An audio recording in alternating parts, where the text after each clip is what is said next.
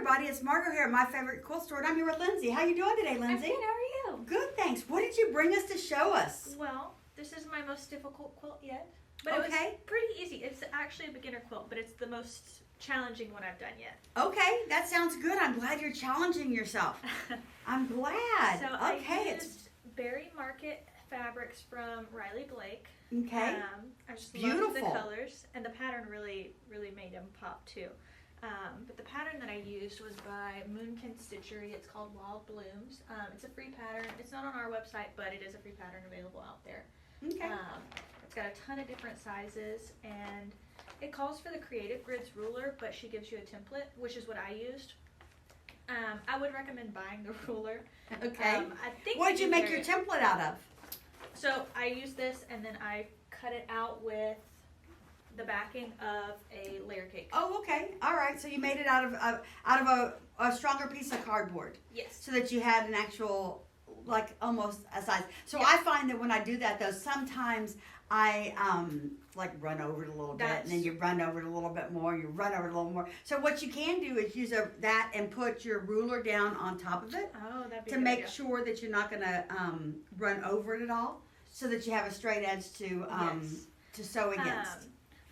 My points are pretty good. I would like to say they're pretty good in the most part, but Okay. that's where I did run into a lot of challenges is because of the template. I would run over it and it would chip away just a little bit each time. Yeah. So after I finished the quilt, I did go buy the ruler. Okay. But when I was making it, I didn't want to wait a couple days to get it. I wanted to do it then Right. and there. Well, so well, the great news is that now you've got the ruler, and you can always make this again. yes. So that's what I was sometimes what I planning like to do is I make a quilt twice. Almost every single pattern I buy, I make it twice. I make it once, and then I said, okay, now that I've honed this and mastered this skill, I'm going to utilize it one more The time next one's and gonna be make perfect. right and make a second quilt because I know what I'm doing this time.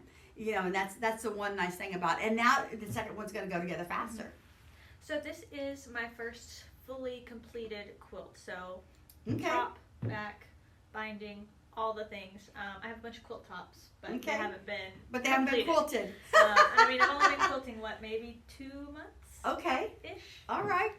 That sounds so- good. Well, I'm glad that you started on this one, and I think it looks beautiful. I think you did a great job on it, Thank you. and I appreciate you sharing it with us. Thank you. I'm pretty proud of it. Yeah, I Can't think wait it's to great. Cuddle with it. Yes, excellent. And I love your fabric choice. Very, very nice. Thank you. And I see it's a fat quarter friendly pattern, so you Yes. use fat quarters I with did it? use a fat quarter with this.